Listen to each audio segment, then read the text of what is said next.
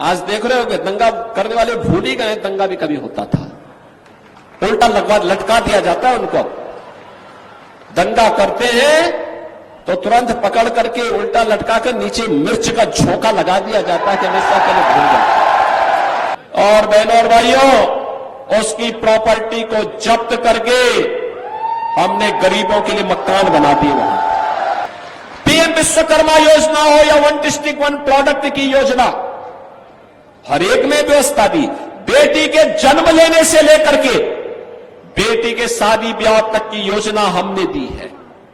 बेटी जन्म लेके मुख्यमंत्री कन्या सुमंगला योजना, स्नातक तक की पढ़ाई की सुविधा दे रही है।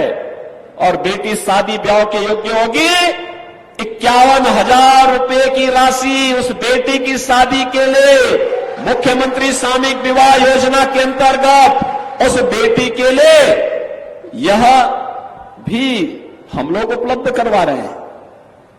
नौजवान के लिए पीएम स्टैंड अप की योजना है, स्टार्टअप की योजना है, पीएम मुद्रा की योजना है। सरकारी नौकरियों में कोई भेदभाव नहीं, अब सरकारी नौकरियां निकलती हैं। हमारे सहारनपुर के नौजवान भी भारी संख्या में उसमें भर्ती होते हैं। पुलिस की भर्ती हो या शिक्षकों की भर्ती हो या कोई भी सरकारी भर्ती हो।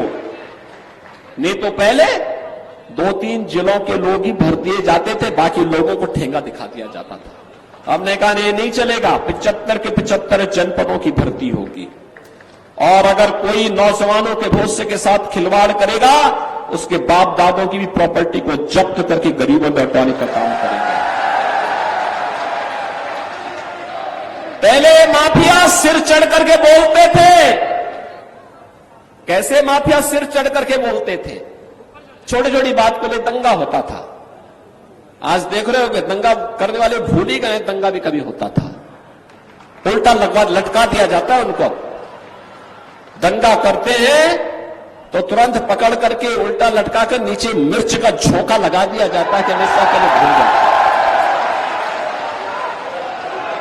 और अगर किसी निर्दोष व्यापारी और बेटी के साथ कोई दुर्व्यवहार करता है,